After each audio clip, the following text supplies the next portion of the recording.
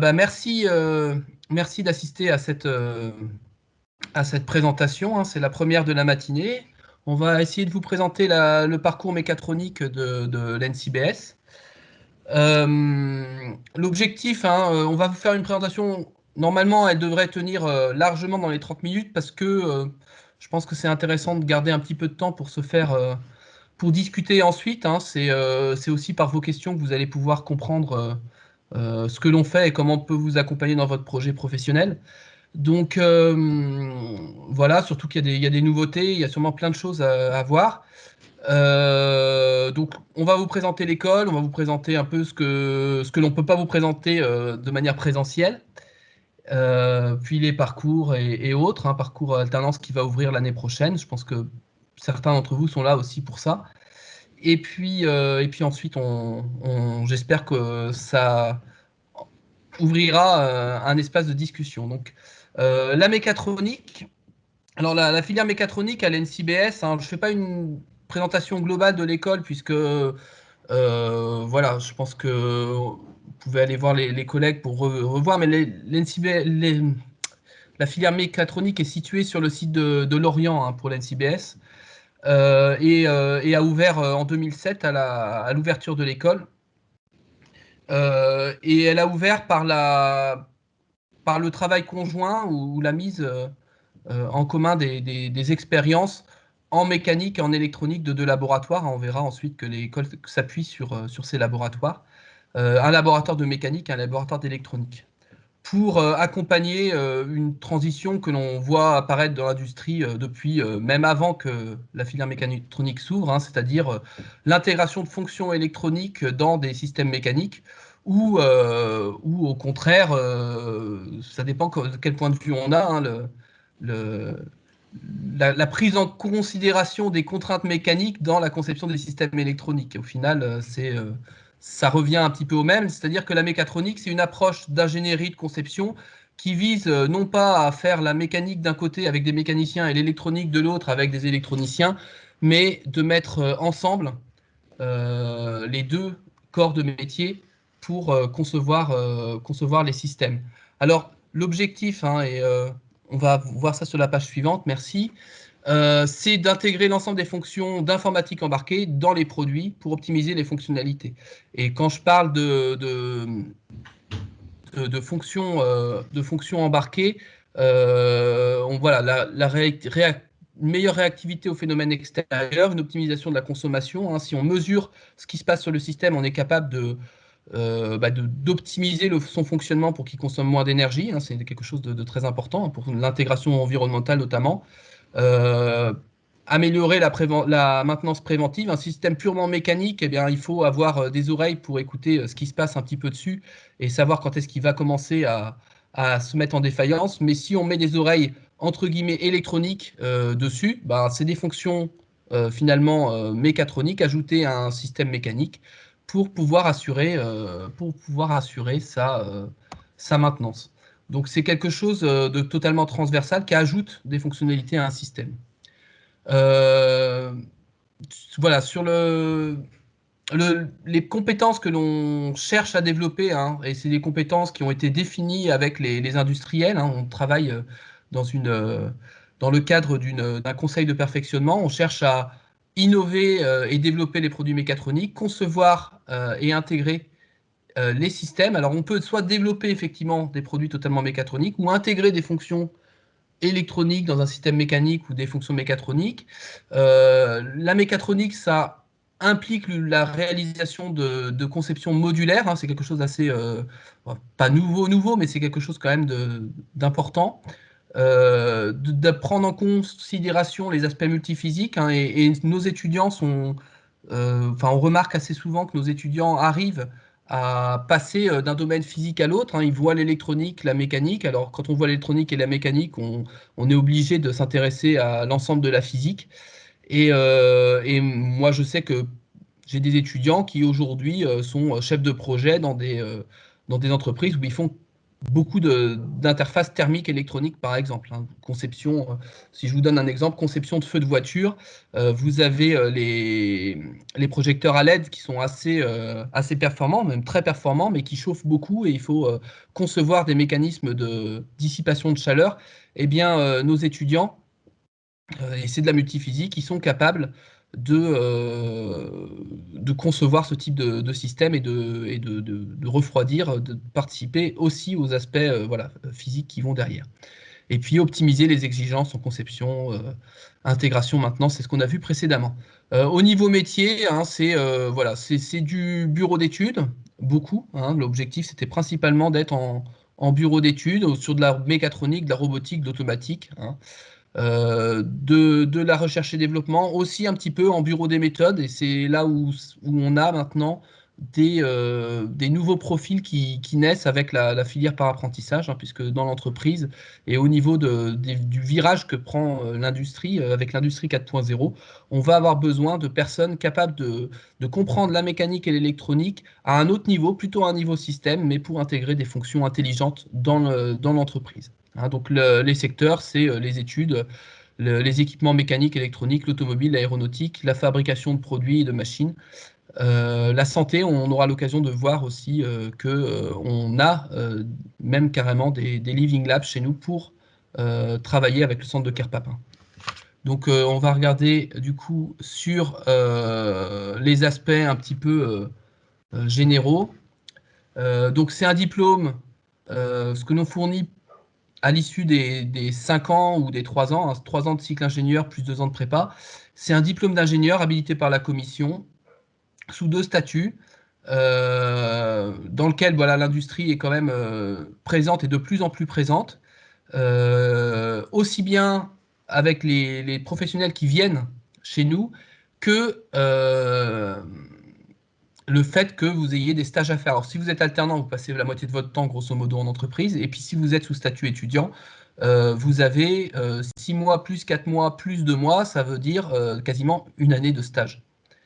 Hein, donc, même sous statut d'étudiant, on a une grosse partie de la formation qui se passe en entreprise, avec des retours ensuite au niveau des étudiants.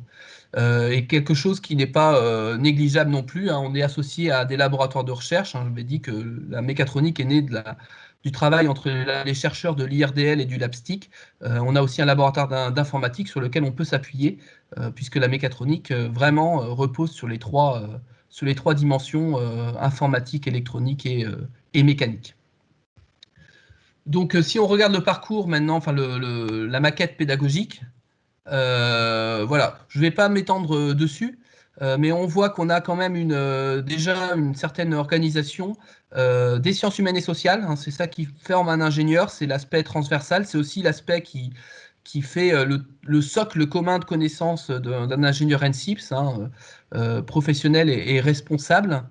Donc chaque semestre, on a 2 unités d'enseignement autour des sciences humaines et sociales, une unité d'enseignement autour des langues, puisqu'il vous faudra impérativement passer le TOEIC, mais le TOEIC n'est pas une fin en soi, hein, c'est une exigence de la CTI. Nous, ce que l'on souhaite, c'est que vous soyez totalement, quelque part, intégré et capable de... Je ne vais pas dire bilingue, parce que l'objectif, c'est pas que vous soyez bilingue, mais c'est que vous soyez capable de travailler dans un monde multiculturel et d'interagir avec des gens sur tous les pays. Et pour cela, il faut au moins parler anglais, mais on fait aussi des ouvertures en russe, par exemple. Cette année, une expérimentation a été faite qui a été plutôt bien appréciée des étudiants. Et puis ensuite, on a des UE sciences et techniques, à environ 4 par semestre.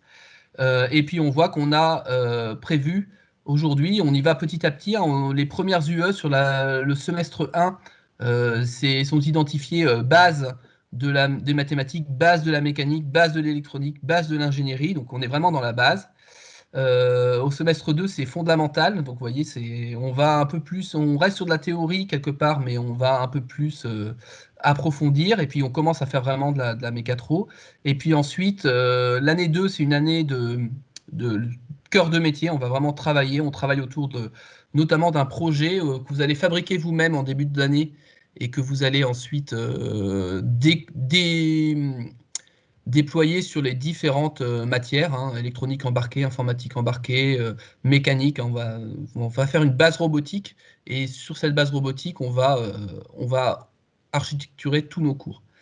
Et puis la troisième année est une année d'ouverture et on voit que toutes les UE, cette fois-ci, elles sont plus basses, elles sont avancées. Vous voyez, vous êtes passé de la base à le statut un peu basique, à statut avancé.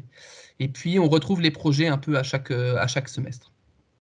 Donc voilà en gros ce que ça donne et vous vous trouvez, si, oui, si on revient rapidement, mais on retrouve aussi, et c'est nouveau à partir de l'année prochaine, des unités d'enseignement beaucoup plus parce qu'on en avait déjà, mais mécatroniques, c'est-à-dire que de plus en plus on essaye de mettre les matières méca et élec dans la même UE et concrétiser vraiment le pont entre les deux disciplines. On a deux disciplines qui sont quand même assez loin et le fait de les mettre ensemble, ça crée en fait, c'est comme tout, hein, le fait d'avoir deux disciplines, d'avoir deux pôles, ça permet vraiment, je trouve, aux étudiants de, de, de se développer, en plus de développer un esprit critique, un esprit de synthèse, et d'être capable ensuite d'arriver, hein, je vous le disais tout à l'heure, un étudiant peut très facilement faire de la thermique ensuite, alors qu'il n'en a pas fait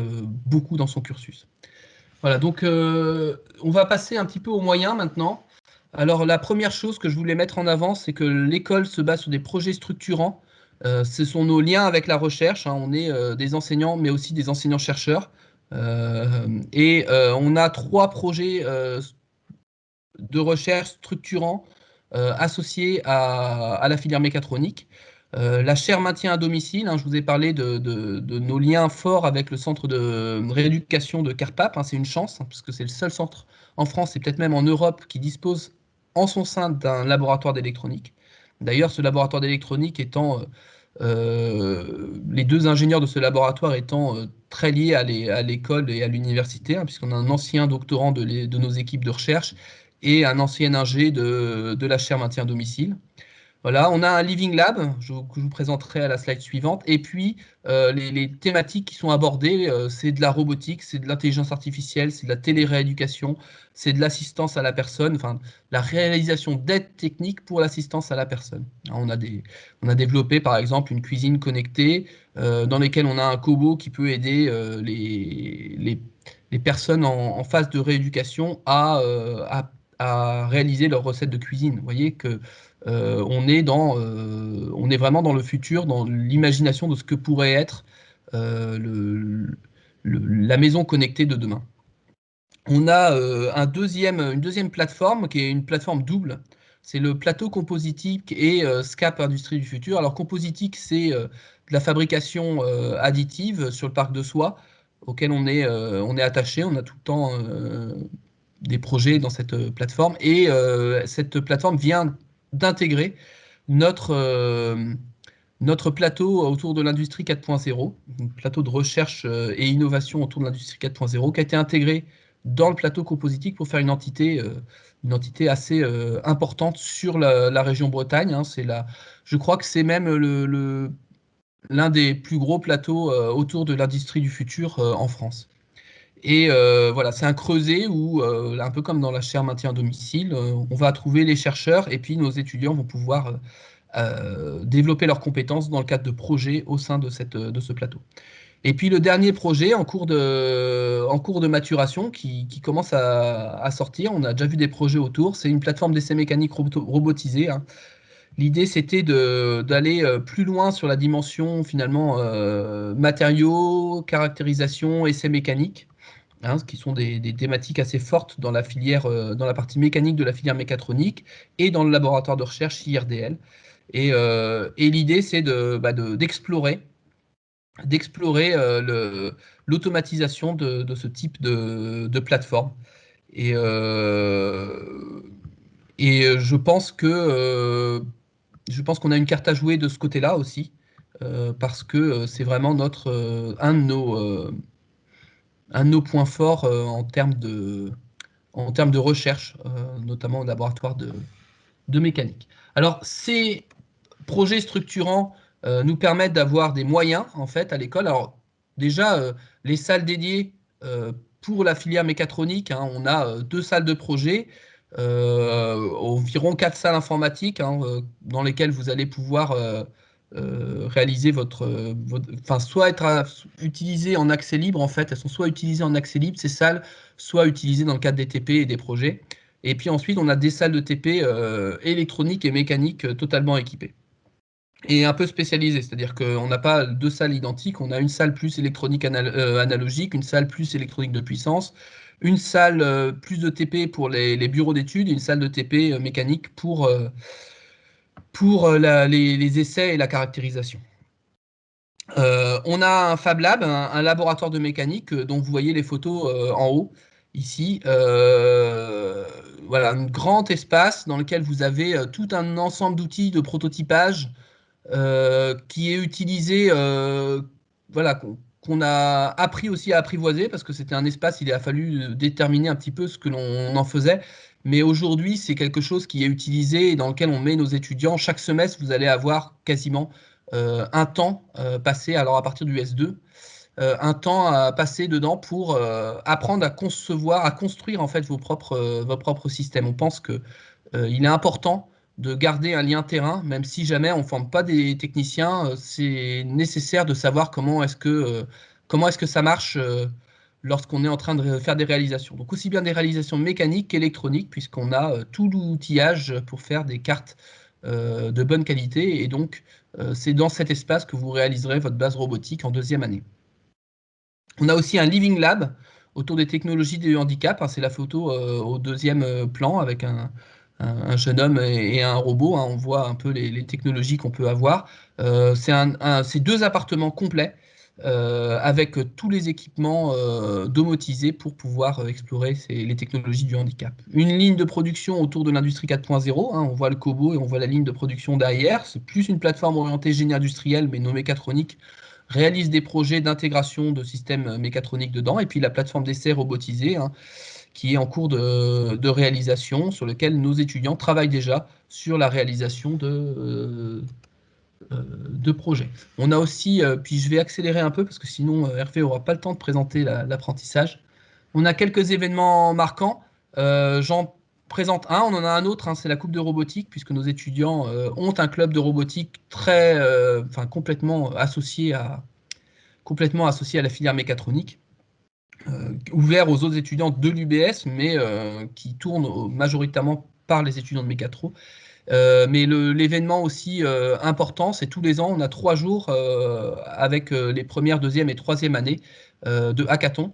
Et pendant ces 3 jours, les étudiants planchent sur des solutions en lien avec le handicap et doivent proposer des prototypes.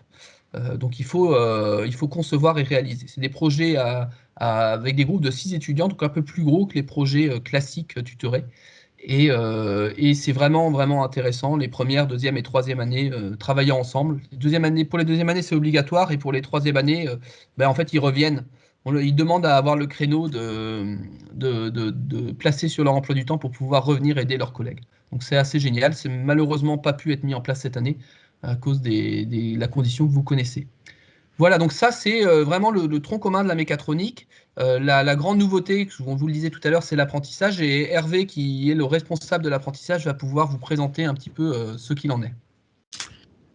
Ok, j'espère que tout le monde m'entend. Je vais donc prendre la parole, la suite de Florent. Donc en fait, à partir de la rentrée 2021, la filière mécatronique va s'ouvrir en apprentissage.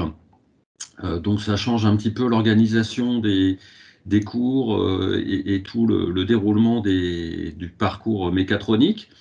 Mais c'est un point positif pour à la fois les étudiants, mais également, je pense, pour l'école.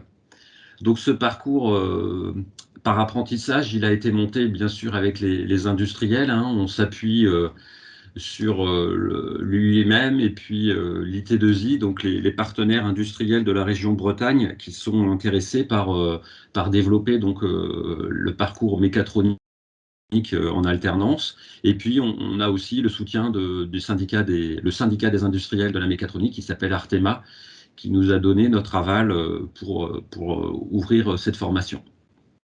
Donc l'objectif par rapport à la formation par étudiant classique, c'est d'essayer d'alterner les parcours enseignement et puis les parcours en entreprise. Vous allez voir, vous allez passer à peu près la moitié du temps en entreprise et puis la moitié du temps à l'école. Alors ça a quelques intérêts pour les étudiants, c'est même très intéressant pour les étudiants parce que ça va vous permettre de découvrir beaucoup plus rapidement votre métier, votre futur métier d'ingénieur. Ça vous garantit une insertion professionnelle un peu plus assurée. Et puis, c'est aussi important, vous avez un statut salarié, donc a priori une rémunération, et puis des droits, ça c'est particulier, mais ça vous offre tout de suite des droits à la retraite et au chômage. Et puis, dernier point, vous allez être beaucoup plus intégré à l'entreprise et donc travailler sur des projets d'entreprise en lien avec la formation. Donc vous serez amené, alors j'ai mis quelques images, à travailler à la fois sur des dimensionnements de structure, à faire de l'électronique et puis à essayer de faire de la robotique embarquée. Donc c'est a priori globalement pratiquement les mêmes enseignements que dans le parcours classique étudiant, sauf que toutes les parties un peu économie, activité d'ouverture, etc. Les parcours qui sont en lien avec l'entreprise sont en fait directement faits dans votre lieu d'apprentissage, dans votre entreprise. Et donc, vous êtes amené à faire sur les 3 années à peu près 1 mois sur 2, soit en entreprise, soit à l'école. Sachant que le dernier semestre de la dernière année est entièrement réalisé en entreprise. C'est aussi le cas pour les mécatros par le parcours étudiant, mais ici, vous finissez en fait vos parcours de 3 ans dans l'entreprise et a priori, à terme, vous êtes éventuellement à la fin donc embauché dans l'entreprise. Donc globalement, les heures sont à peu près identiques, mais donc toute la partie économie, implication industrie, implication dans l'entreprise et les périodes d'ouverture aux entreprises sont faites directement dans l'entreprise. Donc vous avez au cours de ces 3 ans d'apprentissage un statut salarié. Par contre, bien évidemment, vous êtes obligé d'assister aux cours TD et TP avec un volume horaire d'environ 35 heures par semaine, comme si vous étiez salarié dans l'entreprise. Et puis, l'intérêt aussi, c'est que vous allez être évalué à la fois par vos tuteurs dans l'entreprise et donc par vos enseignants au cours des différents examens que vous allez passer.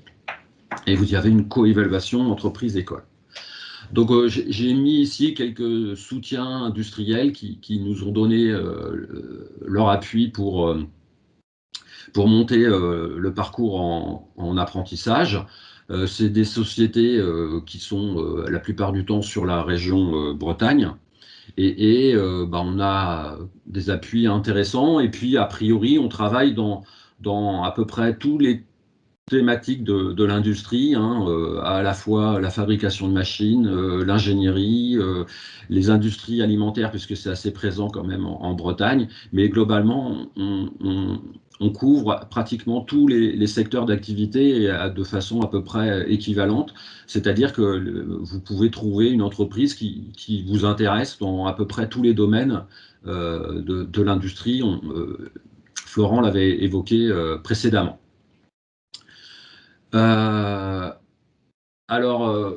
Florent n'en a pas parlé tout à l'heure, mais en fait, on recrute à la fois dans le parcours FISE, donc statut étudiant, ou FISE, statut apprenti, des étudiants qui viennent donc alors il y a un parcours ici à l'NCBS qui s'appelle le parcours PEI.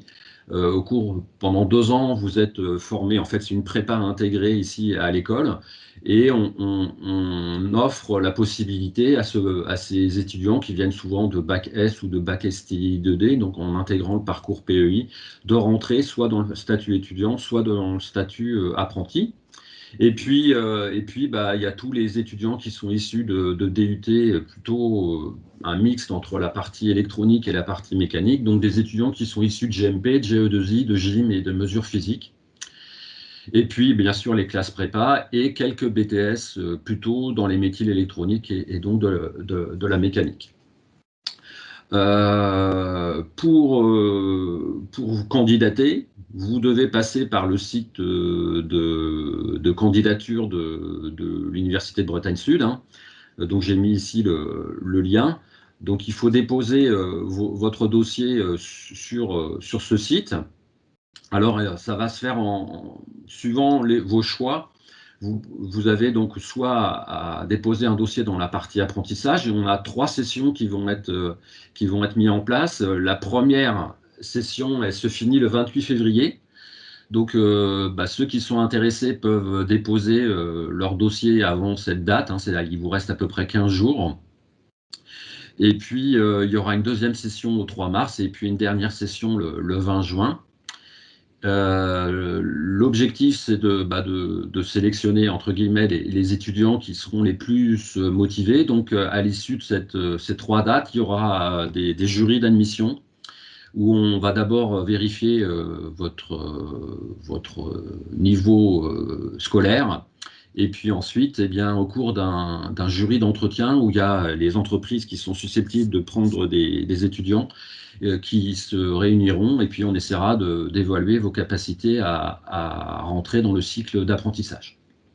Et puis pour le statut étudiant, eh bien, en fait, il n'y a qu'une étape là, ce qui se fait jusqu'à la fin du mois de mai 2021. Les dates sont précisées, je pense, sur le site de e-candidature. Sachant qu'il y a un concours commun aussi, donc, qui fait intégrer ici le concours INP pour les prépas issus des classes prépa CPGE. Voilà, il nous reste quelques minutes. Donc on peut éventuellement, soit Florent, soit moi, répondre à vos questions. On peut aussi, alors j'ai quelques rendez-vous après, mais si vous voulez commencer à nous poser quelques petites questions, on peut essayer de vous répondre. Je ne sais pas si Florent, tu as quelque chose à rajouter? Non, je pense qu'on a pu un peu tout présenter. Je suis content de voir que vous êtes très nombreux à nous avoir suivis, donc merci d'être venus. J'ai des noms que j'ai vus soit les années précédentes, soit sur différents salons, notamment des salons IUT, je pense. Donc n'hésitez pas aussi à nous poser des questions ici, à prendre des rendez-vous, hein. Bon, j'ai quelques créneaux, je suis un peu plus limité en termes de créneaux, mais tous les collègues de la spécialité sont là. Et puis voilà, on peut rester quelques minutes à discuter sur ce canal. Je pense qu'il reste ouvert.